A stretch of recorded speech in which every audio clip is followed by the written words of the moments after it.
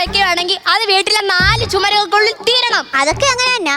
പക്ഷെ വഴക്കിടുമ്പോ ജനലടയ്ക്കാൻ മറന്നുപോകും. നാട്ടുകാര് മൊത്തം കേൾക്കും. നിങ്ങൾക്കറിയാവോ, ഞങ്ങളുടെ വീടിന്റെ അടുത്തുള്ള എല്ലാ വീട്ടിലും കാക്കകൾ വരും. പക്ഷെ ഞങ്ങളുടെ വീട്ടിലോട്ട് തിരിഞ്ഞു പോലും നോക്കത്തില്ല. അത്ര കലപ്പായി ഇവള് വീട്ടിൽ കിടന്ന്. ഒരു ദിവസം ഇവള് മുറ്റത്തിരുന്ന് മീൻ വെട്ടുമായിരുന്നു. അന്നേരം 3 വീട് അപ്പുറമുള്ള ഒരു മരക്കൊമ്പി ഇരുന്ന് ഒരു തള്ളക്കാക്ക കുഞ്ഞിക്കാക്കയോട് പറയുക, മക്കളെ അവളെ പോലൊന്നും ആവല്ലേ, നാട്ടുകാർക്ക് സമാധാനം കൊടുക്കണേ. അത്ര കലപ്പായി ഇവള് വീട്ടിൽ കിടന്നു.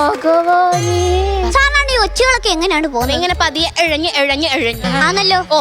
ഒരു ദിവസം ഞാൻ ഇവളും വഴക്കുണ്ടാക്കിക്കൊണ്ടിരുന്നപ്പോ ഒരൊച്ച 100-110 അപ്പുറത്തെ വീട്ടിലോട്ട് പോയത്. വീട്ടിൽ വിട്ട കണക്ക് പോവായിരുന്നു. വന്നേ വാരുന്ന പോലെ ഇതുവരെ പോയിട്ട് ഞാൻ കണ്ടിട്ടില്ല.